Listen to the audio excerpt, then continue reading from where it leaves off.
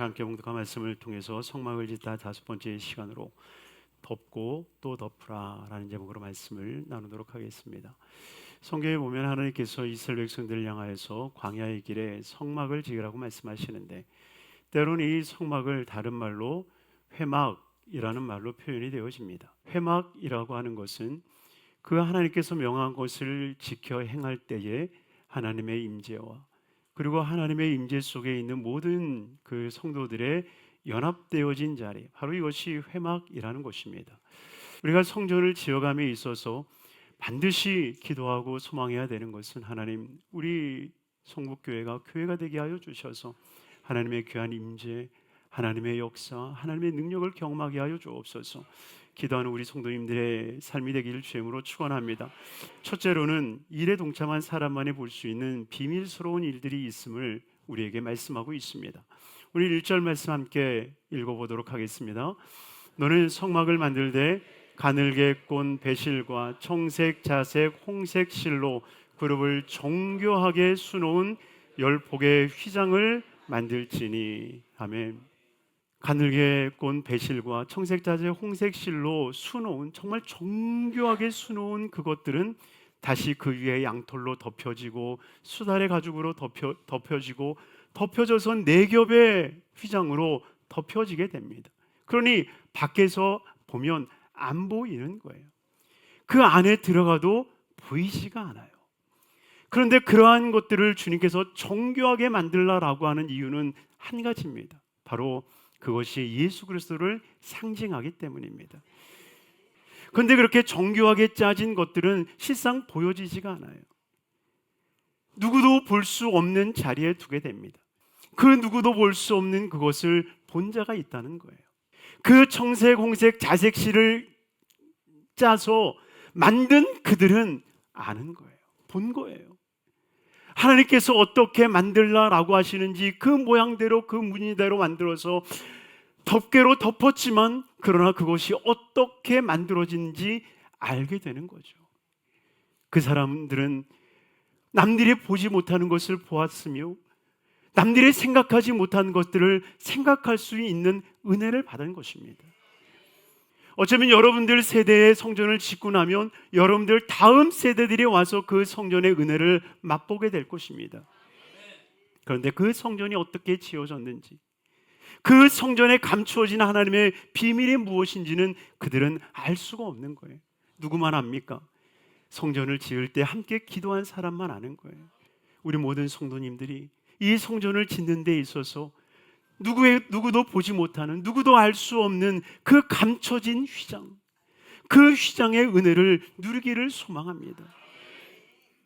여러분, 성막이라고 하는 것을 하나님이 왜 세우셨는지 후세대들은 몰랐을지 몰라요. 그래서 그 성막이 사라지고 법궤가 빼앗겨도 그냥 그 마음에 애통함이 없는 겁니다. 그러나 그 성막을 왜 지었는지, 그 성막이 왜 존재해야 되는지 아는 것은 그것을 만든 이들이었다는 거예요.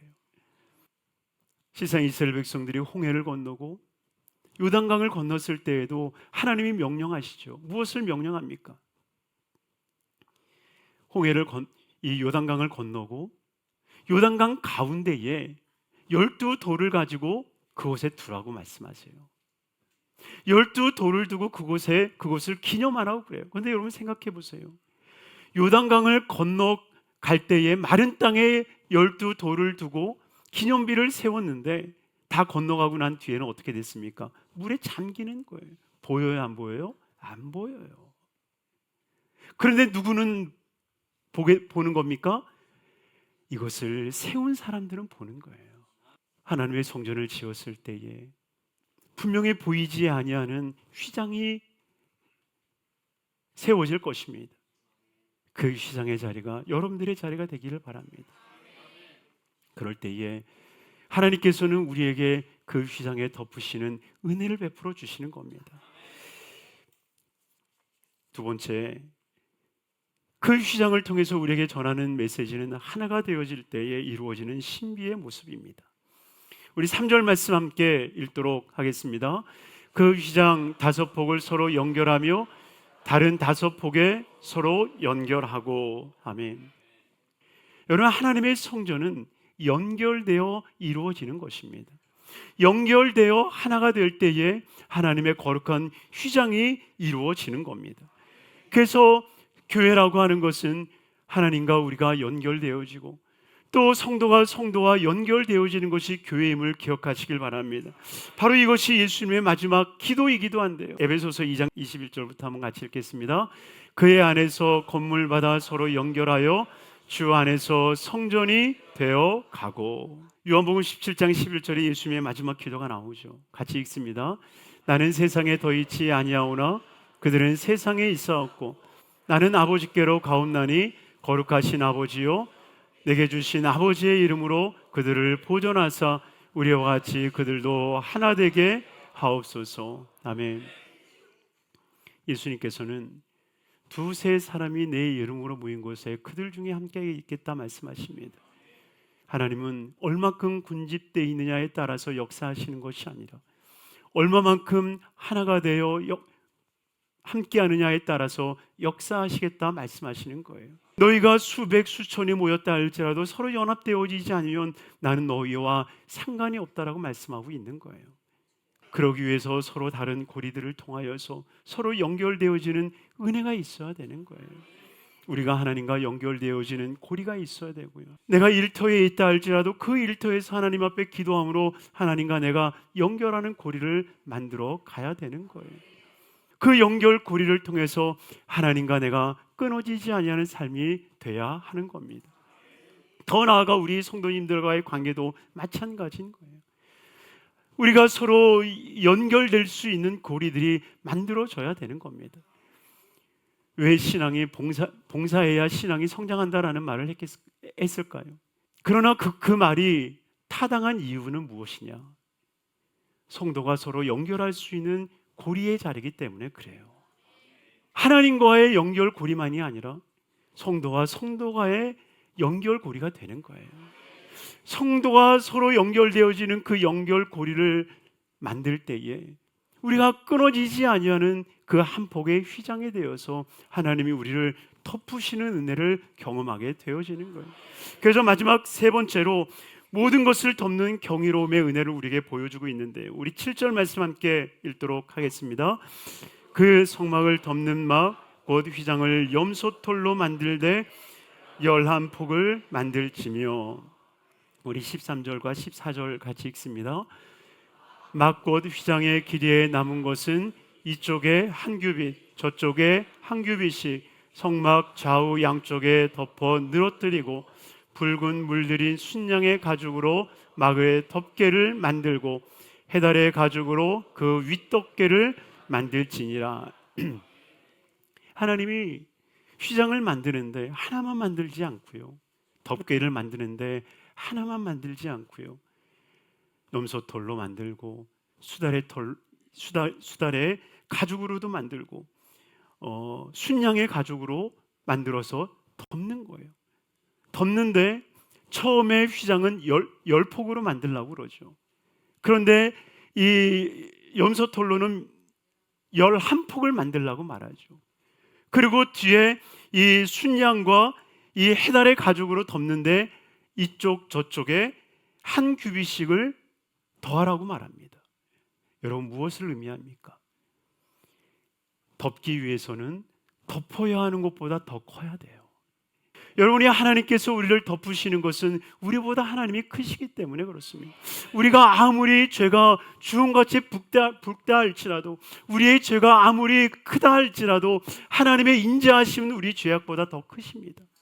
하나님의 사랑은 우리의 죄악보다 더 넓으시기 때문에 우리를 품으실 수 있는 거예요. 그렇게 하나님께서 우리에게 덮으시는 은혜를 주시는데, 여러분, 그 덮어짐의 은혜는 무엇을 의미합니까? 단순히 우리의 죄를 용서하여 주시고 우리의 죄를 사하여 주시는 것에 멈추는 것이 아니라 바로 주님께서 우리를 그의 옷자락으로 덮으심으로 말미암아 우리가 악한 원수마귀로 인하여서 빼앗겼던 모든 것들을 다시 회복하는 은혜를 허락해 주시는 거예요. 그러니 예수 그리스도의 보혈의 휘장으로 우리를 덮는 순간에 우리의 질병이 치료받는 것입니다. 예수 그리스도의 축복의 휘장으로 우리를 덮는 순간에 우리의 저주의 삶이 사라지는 것입니다. 하나님의 능력의 휘장으로 우리를 덮는 순간에 우리의 나약함이 그 휘장으로 덮어지는 것입니다. 그러니 그 휘장이 우리에게 덮어지는 순간에 우리는 축복과 기적과 능력의 삶으로 나아가게 되어지는 거예요. 그러니 우리가 정말 기도해야 될 것이 있다면 주의 휘장으로 나를 덮어 주옵소서. 주의 휘장으로 나를 덮어 주옵소서. 주의 옷자락으로 나를 덮어 주옵소서. 12의 혈루증이 예수의 옷자락을 잡지 않습니까? 여러분, 왜 그 혈루증 여인이 예수님의 옷자락을 잡았겠어요? 그 이스라엘 민족 가운데 전해지는 이 룻의 이야기, 보아스의 옷자락으로 그가 덮어지는 순간에 비로소 그의 삶이 변화되어지고 인생의 역전이 일어났던 것처럼 예수님의 옷자락을 잡는 순간에 예수의 옷자락으로 나를 덮어주옵소서, 예수의 옷자락으로 나를 덮어주옵소서. 그의 옷자락이 덮어지는 순간 주님 뭐라고 말합니까? 따라 안심하라. 피 흘리는 죄인의 여인에서 예수 그리스도의 딸이 되어지는 신분의 변화가 일어나지 않습니까? 하나님은 이 은혜를 우리에게 주시는 거예요. 그러니 저와 여러분들이 오직 휘장을 만들어 덮으라 말씀하셨던 예수 그리스도의 거룩한 은혜대로 오직 예수 그리스도의 그 은혜의 휘장에 덮어져서 잃었던 모든 기업들을 다시 되찾고 마귀에게 빼앗겼던 그 축복권을 다시 되찾아와서 늘 축복과 은혜와 기적 가운데 살아가는 삶이 되기를 주님의 이름으로 축원합니다.